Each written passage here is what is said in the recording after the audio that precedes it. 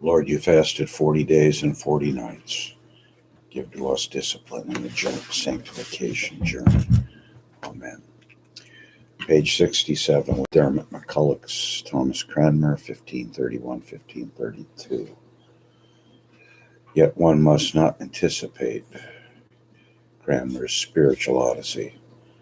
What happened in 1531-32 was an initial contact through a Basel humanist who was capable during 1533-34 of simultaneously dedicating his books to Cranmer, Bishop Tunstall, the son of Sir Thomas More, and the conservative Oxford Don John Clayman. Cranmer's position before he became Archbishop can be measured considering his colleague and rival Stephen Gardiner, always a useful relationship to watch throughout their parallel careers.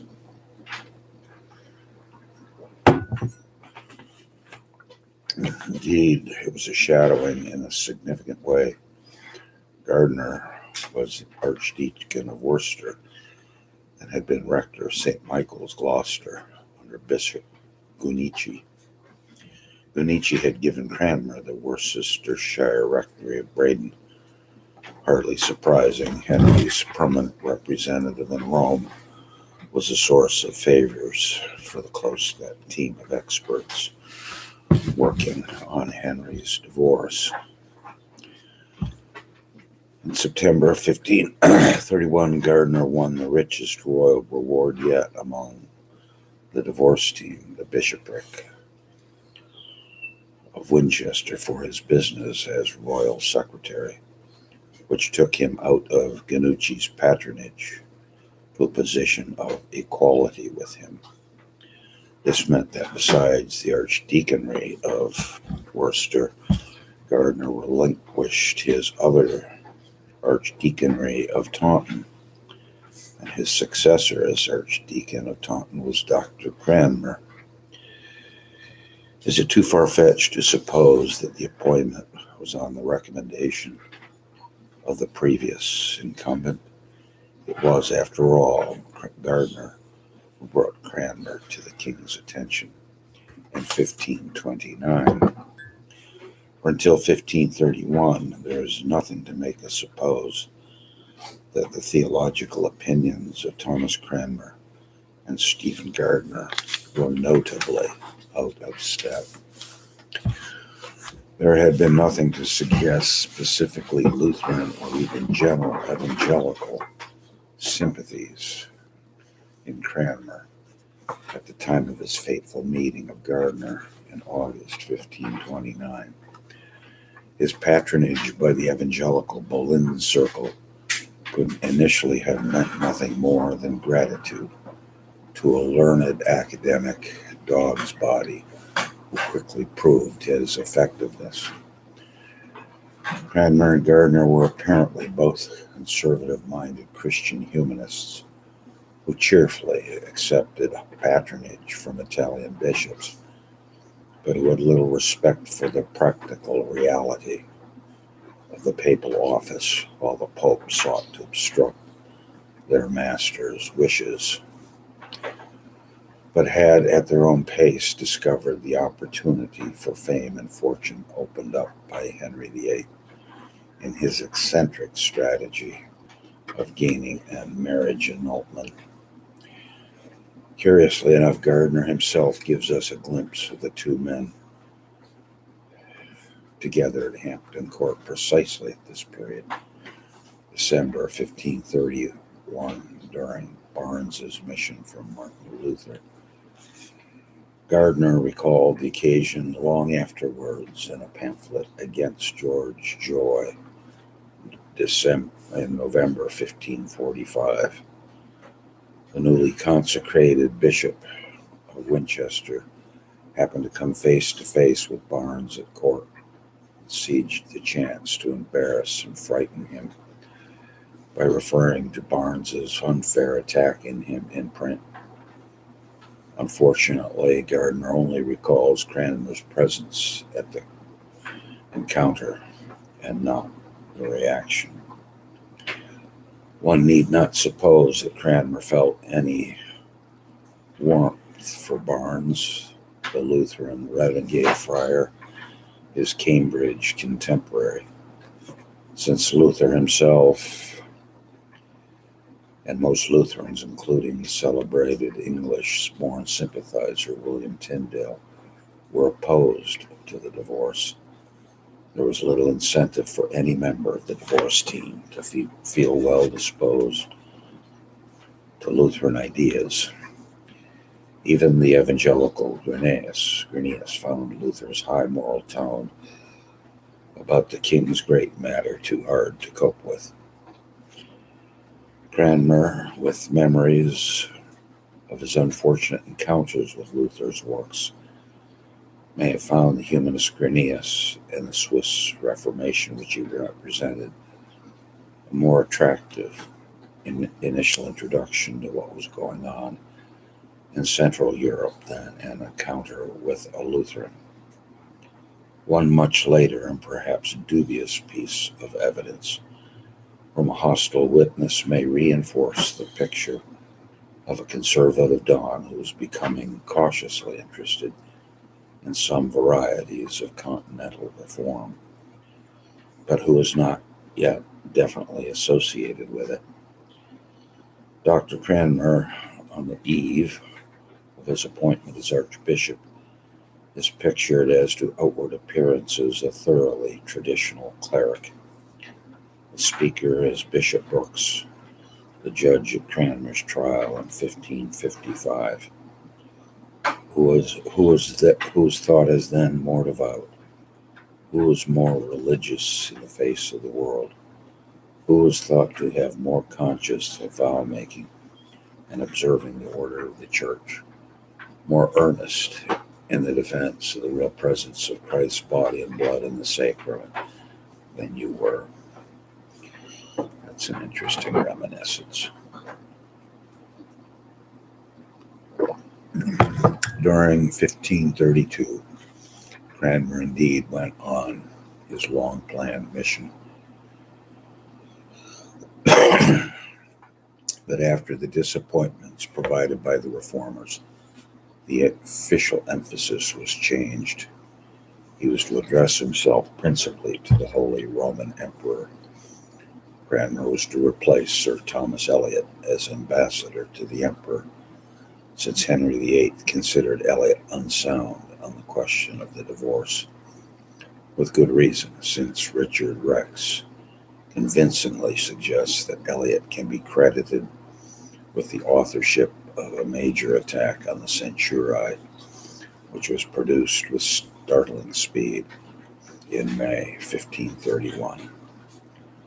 On his mission, Cranmer was left with plenty of time abroad in which to acquaint himself better with the head at first hand with the Continental Reformation. And it was at this time he and Gardiner definitely parted ideological company. In 1532, both men made decisions which could have ruined their careers, and which thus, for the first time, revealed them as having religious convictions not coincident with convenience. These decisions took them in precisely opposite directions.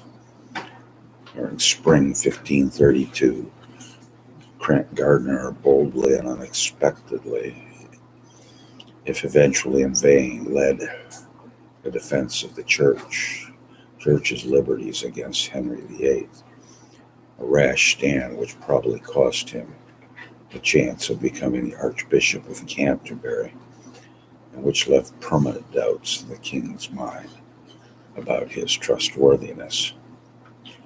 That spring was the moment that the arch-opponent of further reform in the English church, John Fox's arch-villain Wiley Winchester, was born. By contrast, during the summer of 1532, Cranmer did something even more crazy than Gardiner. He got married. What happened? Cranmer was already out of England by the time the parliamentary row over the Supplication of Ordinaries heralded the assault on church liberties, in which Gardiner played such a leading part. He was sent to Central Europe at the end of January 1532, taking with him a chaplain who unfortunately cannot be identified, although we know Cranmer retained him in later years. Perhaps it was John Whitwell, but Nicholas Heath is another possibility. We can reconstruct something of their route from a highly informative letter of 14 March 1532 from Sir Thomas Eliot to the Duke of Norfolk. Eliot, forced in the interests of royal diplomacy to swallow whatever resentment he felt towards his successor, traveled with Cranmer in the wake of the emperor up from the Low Countries. The envoys traveled down the Rhine to Worms and Speyer, but they would travel due east to reach the free imperial city of Nuremberg in early March. By 14 March, they'd make the comparatively short trip from there to Regensburg, Ratisbon, to try to address themselves to Charles V.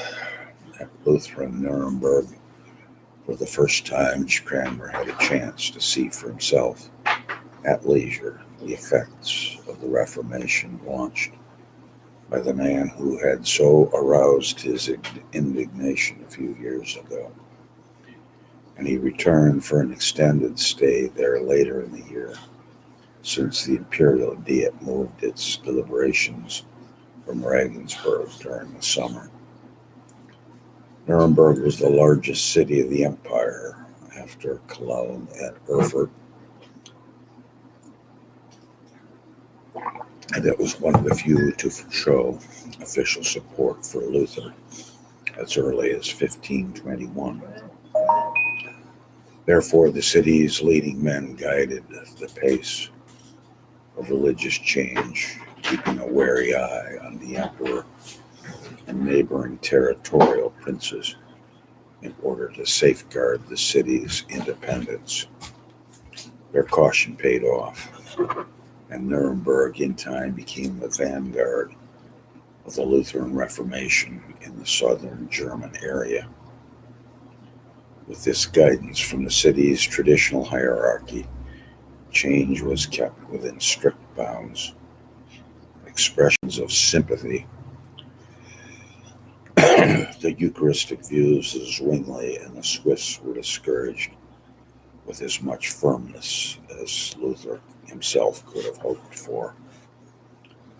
The order and prosperity of the city impressed Sir Thomas Eliot, despite his principled distaste for Lutheranism. At least it was a welcome contrast with what he regarded as contemptible anarchy at Lutheran reformations at Worms and Speyer. He described in some detail the fairly conservative liturgical arrangements which the Church of Nuremberg had developed for its revised Mass. And he revealed that already Dr. Cranmer was showing keen interest in these experiments.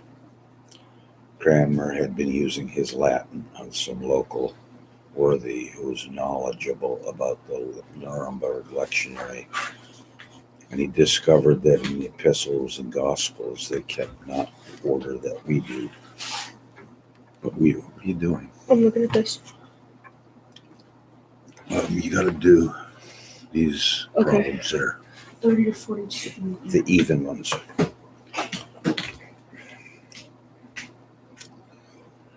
But do peruse every day one chapter of the New Testament.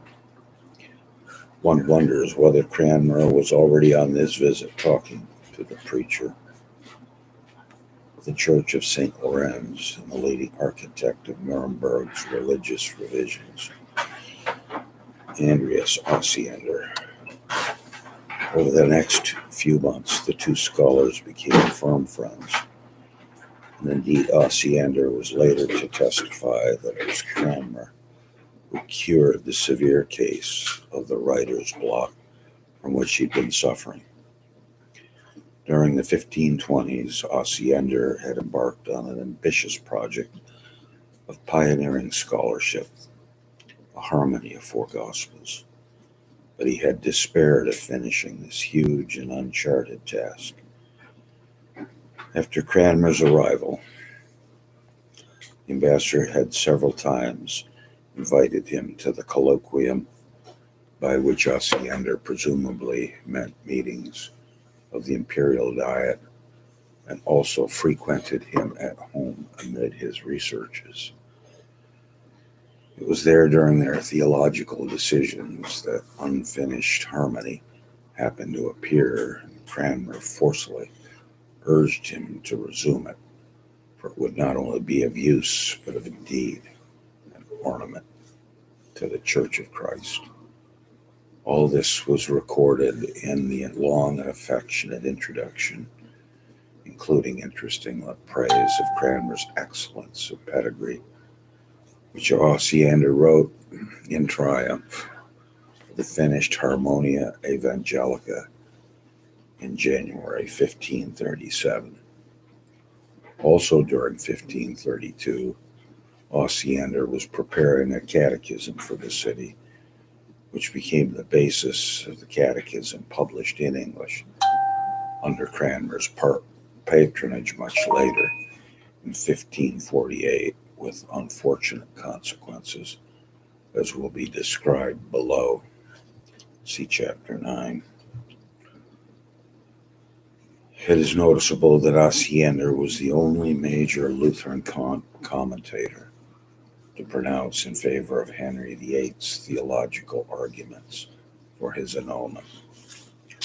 Although the cautious Nuremberg authorities attempted to placate the emperor by banning the book in which he announced his opinion, very little of the correspondence between him and Cranmer has survived, but we know that as late as 1540 they were in contact.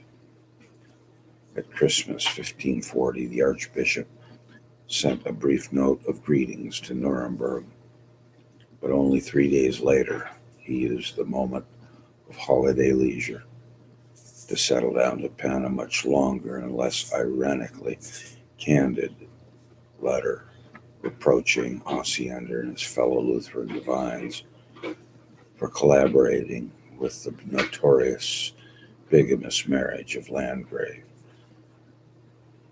Philip of Hesse. Thereafter, perhaps as a result of this letter, relations may have cooled. Osiander was not among those reformers who chose to take refuge in England from Charles V's interim in 1548. Instead, he took the road north to Königsberg. Thereafter, he increased his increasingly eccentric views on the theology of justification, which earned him widely based condemnation in Germany and Switzerland, would have been an additional reason for Cranmer keeping his distance. In the summer of 1552, Osiander finally did try to come to England, and Philip Melanchthon told a friend with discreet glee that he had suffered a rebuff. This was a significant snub at a time when Cranmer was trying to gather continent-wide support for an international council to outface the work of the Council of Trent. Osiander's treatment in 1552 was the most remarkable because from 1532, Cranmer had a personal debt to Osiander which far outweighed his role as a literary catalyst for the Nuremberg pastor. In his 14-March letter to Norfolk, Eliot pronounced him particularly impressed by the Nuremberg Lutheran clergy's wives, whom he said were the fairest women in town, Likewise, Cranmer's interest in his new surroundings was not confined to the revised liturgy. The abolition of compulsory clerical celibacy was on his mind as well. At some stage during an eventful but otherwise productive summer of diplomacy, probably in July, came his marriage to Margarete, the niece of Osiander's wife, Catherine Prue. Reportedly, Osiander himself officiated. Much remains mysterious about the marriage. We know that Catharina Prue was the daughter of the brewer Heinrich Prue and Margaret, his wife, née Hetzel. But we cannot be sure whether Cranmer's wife was the daughter of a sister or brother of Catharina, so the younger Margaret's name remains uncertain. Margarete. Experience of Lutheran Nuremberg, or indeed the future of Mrs. Margaret Cranmer, must have made a profound impression on Dr. Cranmer for him to take this drastic step. His careful scholarship in the MacCulloch and determinations was a world away from this uncharacteristic boldness. He had, of course, married once before, but this time the stakes were much higher. At Nuremberg, he set aside his priestly vow of celibacy. Perhaps his work on the MacCulloch and the other works of propaganda on the royal supremacy helped him square his conscience with an untidy cuius regio eius religio justification of what he had done. The customs of the province where he found himself justified clerical marriage, so he was entitled to take advantage of the situation. At the risk of being mocked for amateur psychology, one might also speculate that it was actually the memory of the earlier tragedy of Joan's death and an attempt to deal with unresolved grief of his first marriage, which made him act so hastily now. Whatever Cranmer's rationalization of his marriage, his second embassy marks a watershed in his thinking. And I think we will call that here. Glory be to the Father, Son, and Holy Ghost. Amen. Did you just finish?